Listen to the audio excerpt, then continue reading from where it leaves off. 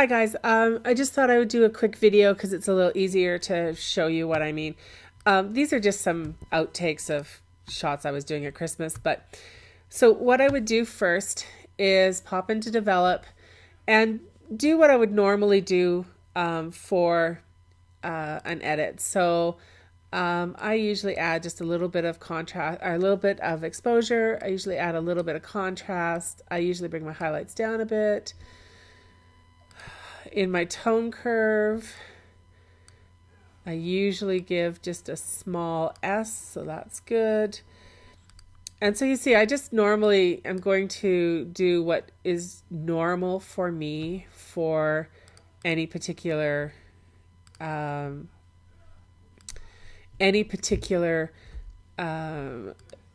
And then the other thing I like to add is I like to add this preset from Pretty Presets, which adds a radial filter in the middle. See, and it's just increases the exposure by 50 points and decreases contrast. It's just a little light thing that I like to add into my photos. So let's say that that is done. So I'll click here on the plus sign, and I'm going to click the one that says Create Preset, and I'm going to call this Cindy's All Photos. And I'm going to put it in this group. If you don't have groups made already, you can click here and choose New Group. And you can then make a group for your presets that you're making. Grouping them basically puts them into its own little category over here so that you don't have to try to find them in a giant list of user presets. So I use a group called Cindy's Presets. And so that looks good. I'm just going to hit Create. And so now here, if I look here on my presets, you'll see that I have a preset for all photos. And so that is there. All right. Now I am going to go over to my library and I'm going to import. I actually do have some photos on my SD card to import today.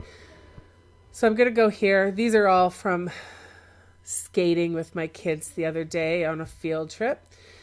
So I'm importing all the photos, and when I go over here to apply during import, for the development settings, I'm going to go down and find Cindy's Presets, click all photos, and I also add metadata at this point. I have a preset for this, and if you don't do this already, I'll just show you actually what this looks like. For my my business one, you'll see that I have copyright, so that it comes up as copyrighted. I don't have to go back in and do any of that. It has my name and address. It has all of that information that gets added into the photo. For my business photos. For my personal photos, I leave the copyright status and I leave it as my personal name.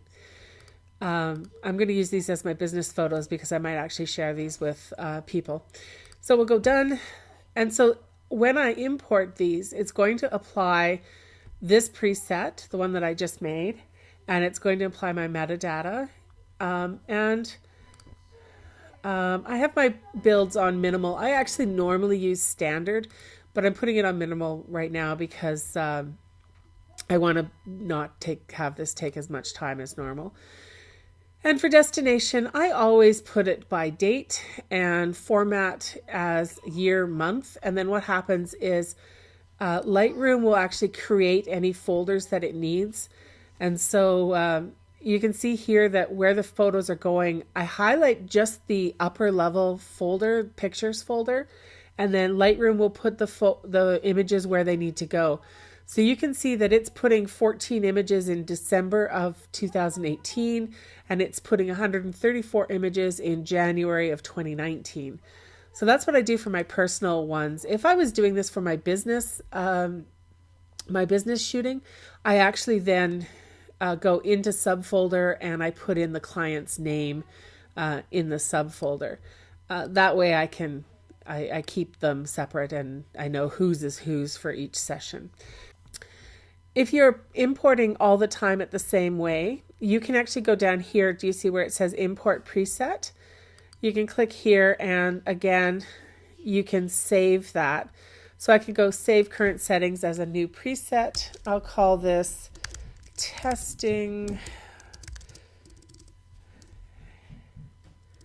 and go create. And then you can actually get rid of looking at the big screen. You can click the short version, and when you're importing, you can just click import using this, and it will do exactly what you already are doing. You can see that what it says, it tells you what you're doing. It's ignoring duplicates, minimal previews, putting the development setting on. It's sorting by date, so you can see everything you're doing, and that's all there. I can also add a keyword in here as well, and click import. All right, so it's going to do that, and what's going to happen is as it's importing my files, you're going to see them pop in, and then you're going to see them change as it adds the development preset to all of them. This does take longer at this point. Normally what I would do at this point is leave, go get coffee, whatever. But you can see that it imports the photo and then it applies the preset to them. So these ones are already done. And I can go in here and decide. These are actually photos I had already previously deleted because they were crazy.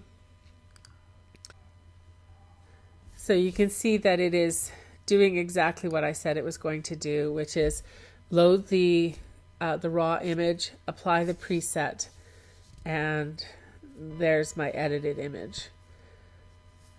And so if your preset is good, if your preset is vague enough, you can basically do this and save a lot of time when especially if you're just doing family snapshots, those kind of things.